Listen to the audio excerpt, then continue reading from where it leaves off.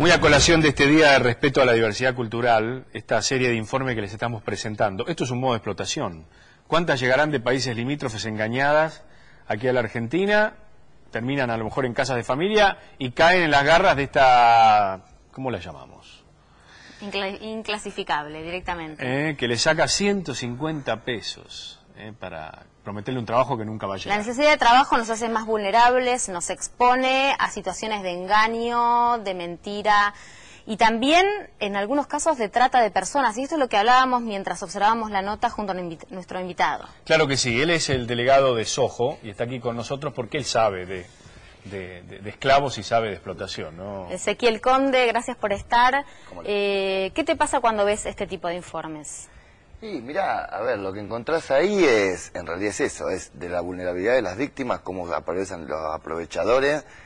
Digo, en la trata, tanto en trata sexual como en trata laboral, lo ves todo el tiempo. Digo, en la comunidad boliviana, que es dentro acá en la Argentina los que más mano de obra se usa en los talleres clandestinos, los ofrecimientos cuando los van a buscar a Bolivia es justamente eso, es un buen sueldo en dólares, y vas a tener una casa, y vas a tener comida, y cuando llegan acá, la realidad es totalmente otra. Le sacan los documentos, no le pagan absolutamente nada, le hacen pagar la pieza, el viaje, y terminan sin ganar nada trabajando 18 horas por día. En camas calientes, ¿cómo se llama? En camas calientes, ¿cómo se llama? Hubo un taller desbaratado por la Alameda en las últimas horas, ¿no? Un taller, el chino. Exactamente. Sí. ¿Cómo? Bueno, nosotros tenemos un informe, ¿no, Luciana? Sí. Lo vamos a compartir y después seguimos hablando con el delegado de la Alameda. Los reclutan en el Bajo Flores. Les ofrecen trabajo con cama caliente. Durante el día los encierran para que sean productivos. Cuando llega la noche, los hacen dormir en cuartos hacinados e inflamables. Ellos son los esclavos bolivianos.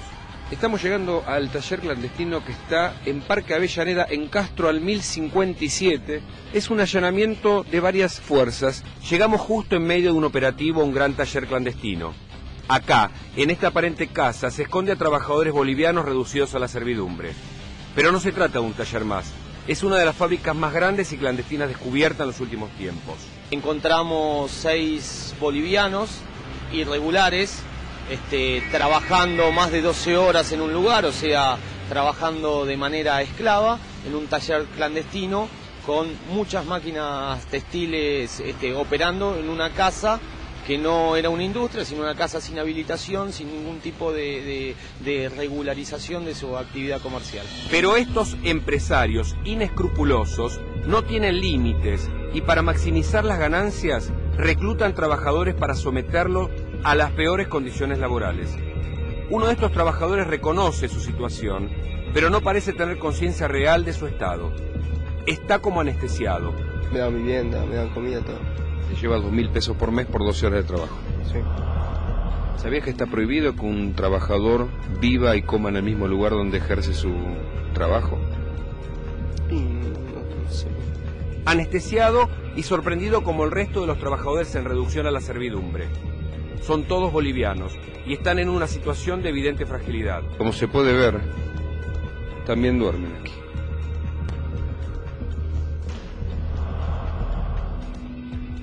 Algunas galletitas. Tal vez eso es el alimento que ellos tenían acá. Un lugar que es más que precario, yo diría peligroso. Es inflamable. Los dueños lo saben y quieren tener todo bajo control. Para eso utilizan un sistema de cámaras de seguridad. Tienen este tipo de mecanismos para evitar los controles. Hacia adentro vigilan a los propios trabajadores. En la puerta controlan que no se acerque ningún extraño. La cámara que controla los movimientos de ingreso y egreso de este lugar está escondida ahí. No está visible. Está escondida para que no pueda ser visualizada y para que la gente que viene a golpear la puerta tampoco visualice que está siendo grabada. Pero de adentro están viendo quién entra y quién sale, con un agravante hasta ahora desconocido. Sus dueños son de nacionalidad china y, como pasa casi siempre, dicen no entender. ¿Se entra con contraseña a este lugar? Yo no entiendo, pero... ¿Usted no entiende o no atiende? Pero usted de qué habla yo no entiendo.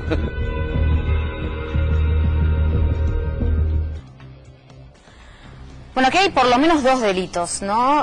Por un lado, la reducción de la servidumbre. Ustedes veían la forma en que vivían estas personas allí en ese taller clandestino. Y por otro, la trata de personas, algo que está formalmente prohibido en la Argentina y de lo cual se ha hablado mucho el año pasado porque ha salido una ley respecto de esto. ¿Inauguran los chinos esta moda de esclavitud? Digo, ¿se había detectado en algún momento regenteado por ciudadanos chinos o no?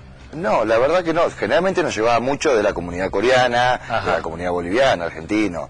Pero de los chinos, de la comunidad china, no nos habían llegado muchas denuncias. Como explotadores, obviamente. Sí, como explotadores.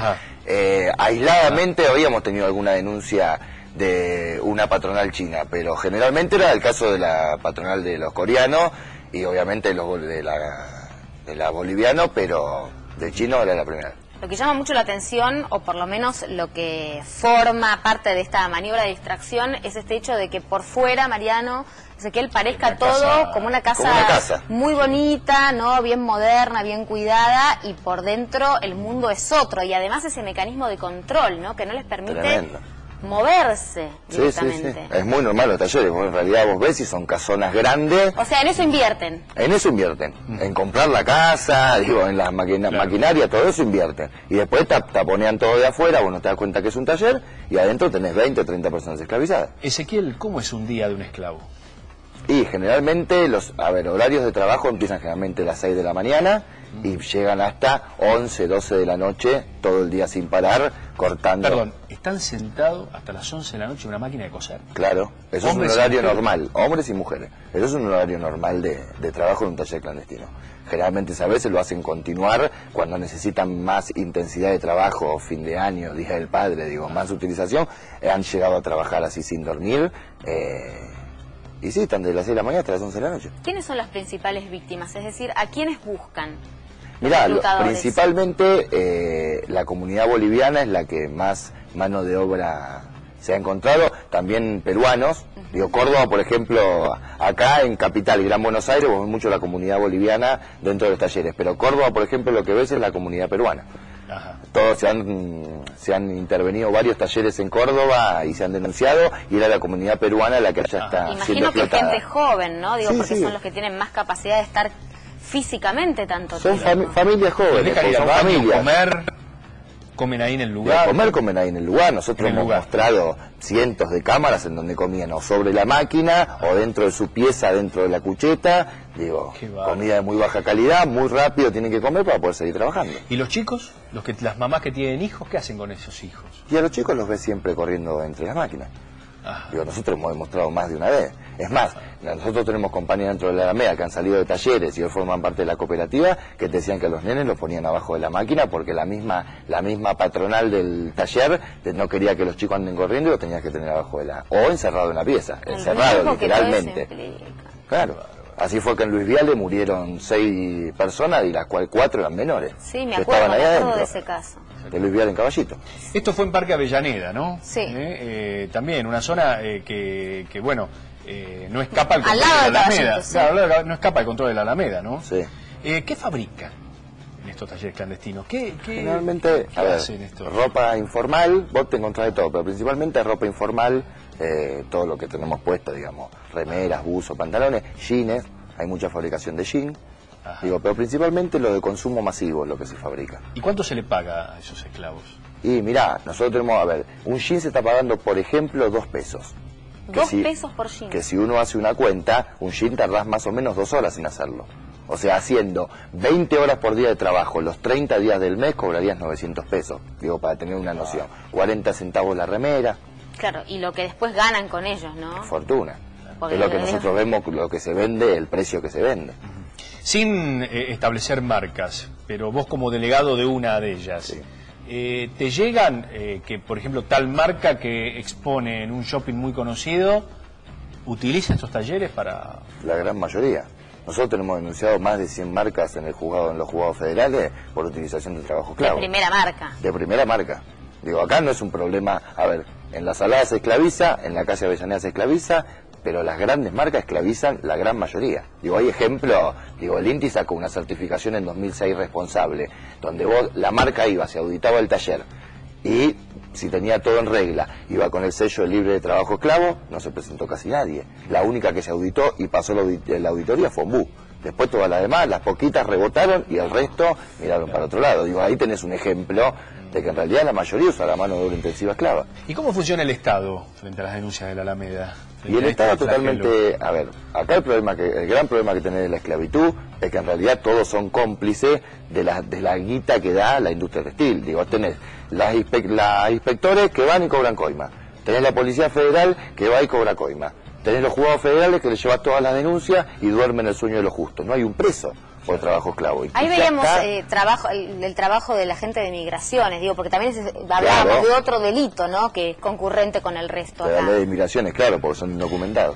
Me parece muy interesante, le voy a pedir a nuestro productor, a Willy Romero, si podemos recorrer, ¿no?, el material, para ir describiendo con Ezequiel con qué se encontró la policía en este taller. A ver, acá lo tenemos. Acá está, esta es la parte de los talleres, Ezequiel. Date cuenta que esas maquinarias son maquinarias carísimas. Ajá. Y es lo que decíamos, Digo, en eso sí que invierten, digamos. Claro, pues, y después mirá, A ver. está todo agolpado, caja por todos lados, tela por todos lados.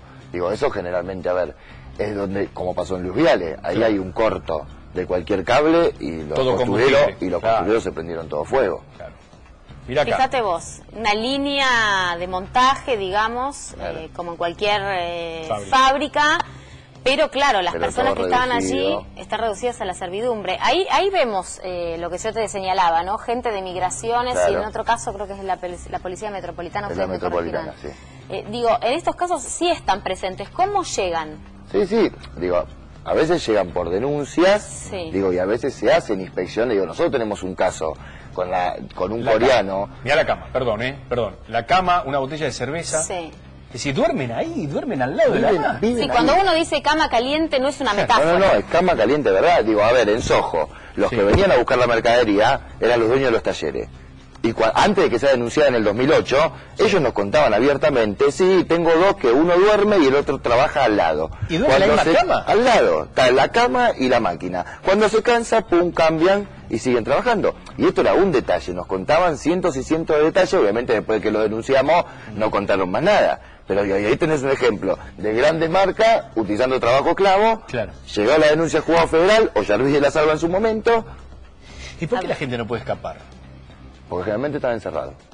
Cerrados con llave. Y además Es tenés una, ese monitoreo es que una. veíamos ahí, Tenés ¿no? el monitoreo. Ah. Cuando llegan acá, le sacan los documentos y le empieza toda una tortura con que si salís vas a ser deportado, cosa que acá en la Argentina no hay deportación No, en Argentina, no. vas a ser deportado, que la policía te va a meter presa, que te van a pegar porque sos boliviano, le empieza toda una psicología que en realidad O sea, los hay un quiebran, terror, ¿no? los quiebran psicológicamente, Juegan hay con un la ignorancia terror, también. obviamente, ¿Eh? Con la vulnerabilidad de haber sido llegan de otro acá, no país. tienen a nadie y aparte salen, van a denunciar.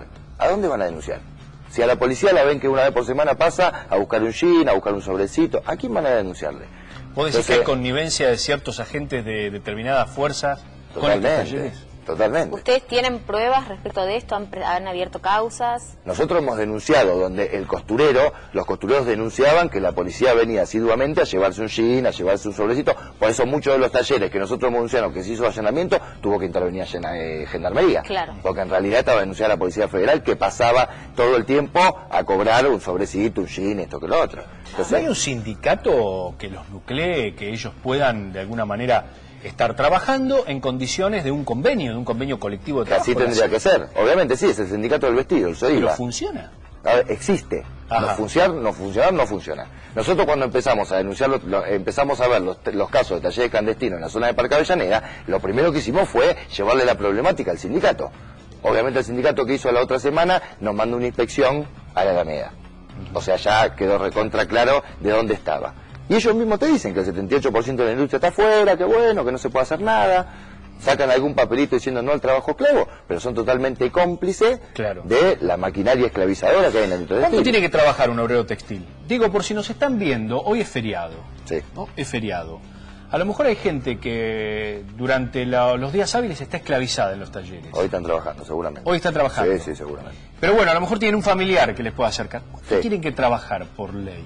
A ver, lo que dice la ley de contrato de trabajo y por ende también el convenio colectivo son 48 horas semanales y se le tiene que pagar un sueldo de convenio que va a depender de la categoría de la máquina que use. 48 horas semanales son 5 por 8, son, ayúdame. Son 8 horas, 9 horas de lunes a viernes, Ajá, ponele. de lunes a 9 horas de lunes a viernes, con un parate para ir a comer, con ritmos productivos normales para poder ir al baño, digo que no sea una ¿Y un cosa... salario mínimo de cuánto? A ver, Y un salario mínimo, hoy en el SOIVA, un salario mínimo, estamos hablando de 4.000 pesos. estamos hablando además de números que vos decías, 1.500 es por debajo del salario mínimo vital y Obviamente. móvil, ¿no? Esto está claro. Sí, sí. Y estamos hablando de condiciones previas a, digamos, a la existencia de los movimientos obreros, ¿no? Son condiciones de la revolución industrial, digamos. De esclavitud totalmente. Uno Cuando puede creer. en Inglaterra empezó la idea de la industrialización y demás, pasaron 2 siglos de esto. Bueno, el crecimiento de la industria textil en sus últimos 10 años fue con la sangre de los costureros que tienen esclavizándolo en los talleres clandestinos. Bueno, y lo estamos haciendo en este día tan especial, el Día de Respeto a la Diversidad Cultural,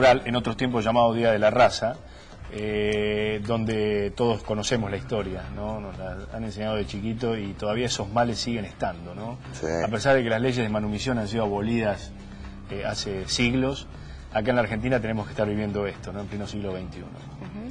¿Te indigna como hombre? ¿Te indigna como trabajador? ¿Cómo lo vivís? Obviamente, como todo, como ser humano me indigna como trabajador.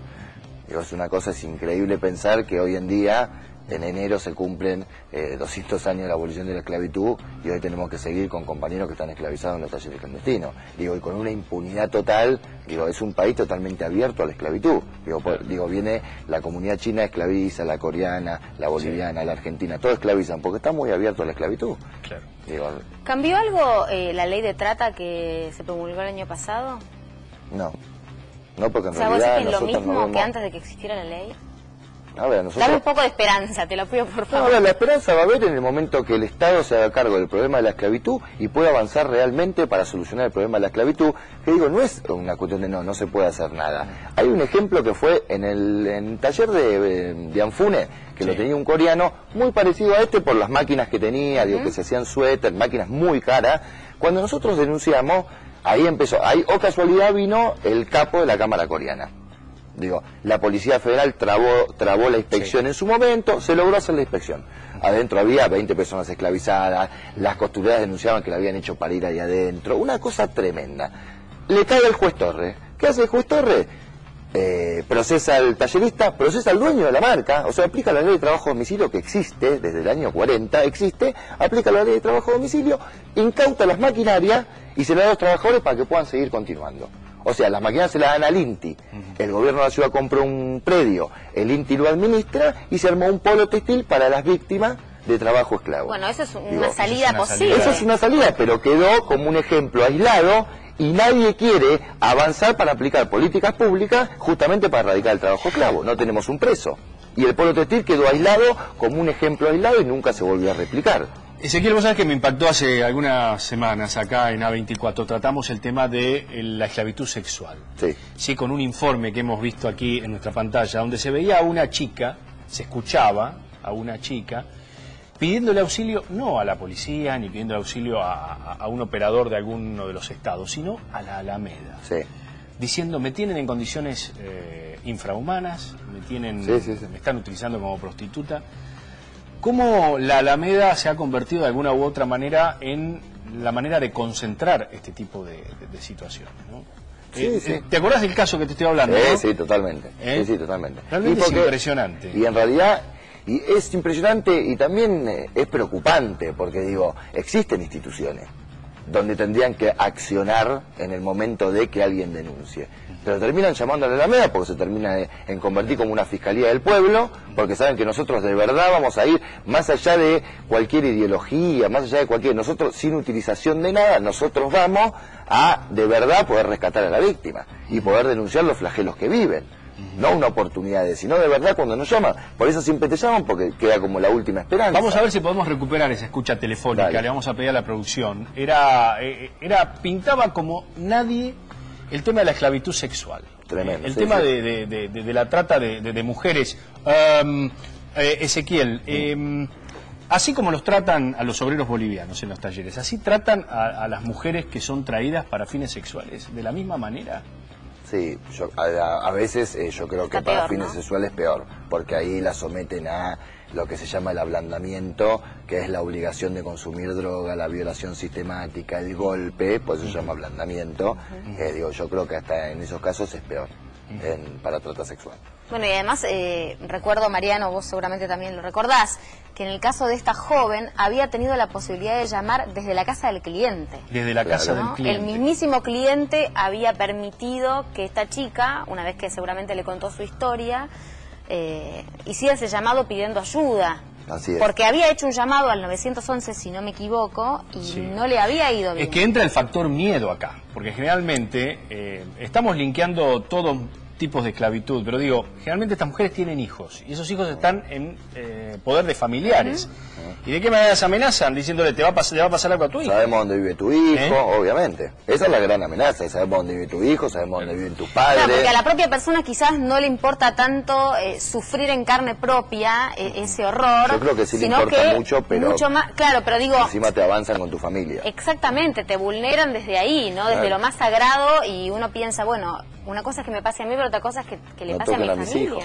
¿No? Hay un informe de prostíbulos detectados en Mar del Plata. Te propongo verlo y después seguimos hablando de esto que realmente tiene fundamentalmente a las chicas jóvenes, ¿no?, como protagonistas, la esclavitud sexual y la esclavitud en los talleres. Lo compartimos.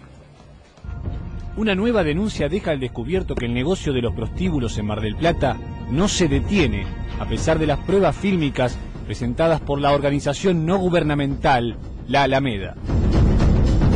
Este es el burlesque. Buenas, ¿cómo va? Pensamos que estaba cerrado acá.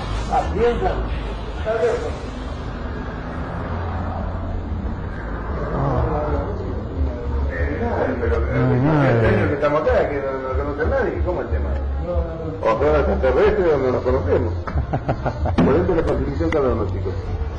El diálogo entre un integrante de la Alameda y una prostituta revela que ellas tienen prohibido salir del lugar.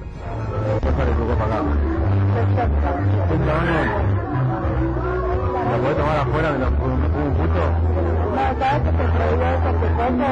Desde 2009, más de 100 prostíbulos fueron denunciados judicialmente en Mar del Plata. Sin embargo, curiosamente, algunos continúan funcionando a pesar de los controles. Bueno, con eso toma la constitución.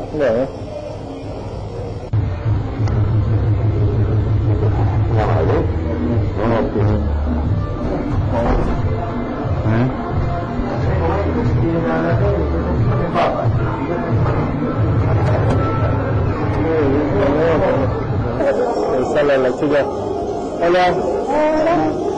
Hola, mi amor. ¿Cómo está mi vida? Hola. Los propios explotadores de mujeres confiesan que ellos cobran y que también pagan para obtener amparo policial y municipal.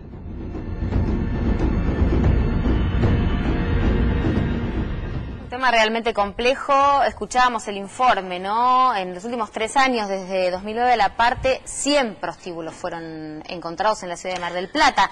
Obviamente que esto sucede en todo el país. De hecho, Mariano, vos sabés que en Córdoba hay una legislación que prohíbe, por ejemplo, las whiskerías. Está un paso adelante esa legislación, exactamente. Ezequiel, indefectiblemente el cliente se transforma en un cómplice impropio, ¿no?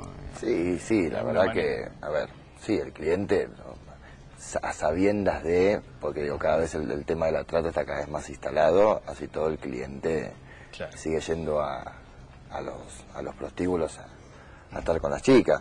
No creo que sea el único problema ni el más importante, sino que en realidad, digo, el problema son los proxenetas y los tratantes de personas que se roban a las mujeres para explotarla, y que después hay una municipalidad que te lo habilita como whiskería, y hay una policía, como decía el informe, que va y te pide la coima. ¿Qué pasa, volviendo al tema textil, con los consumidores, con quienes vamos a comprar ropa a X lugar, a un shopping, y quizás no estamos al tanto de qué es lo que estamos comprando y quién ha dejado su sangre para ese jean que quizás pagamos, no sé, 700 pesos? ¿No? ¿Qué es lo que podemos hacer como consumidores?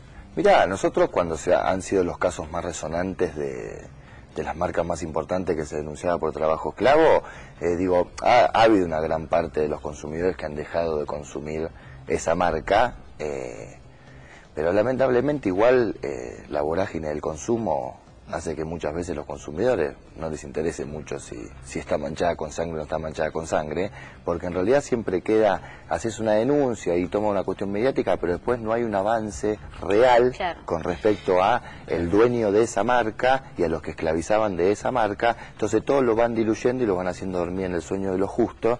Entonces, y en la vorágine del consumo... Claro, cuando no hay una sanción se lavan las responsabilidades. Se lavan las responsabilidades, obviamente, y sanciones no hay ni una, no hay uno preso.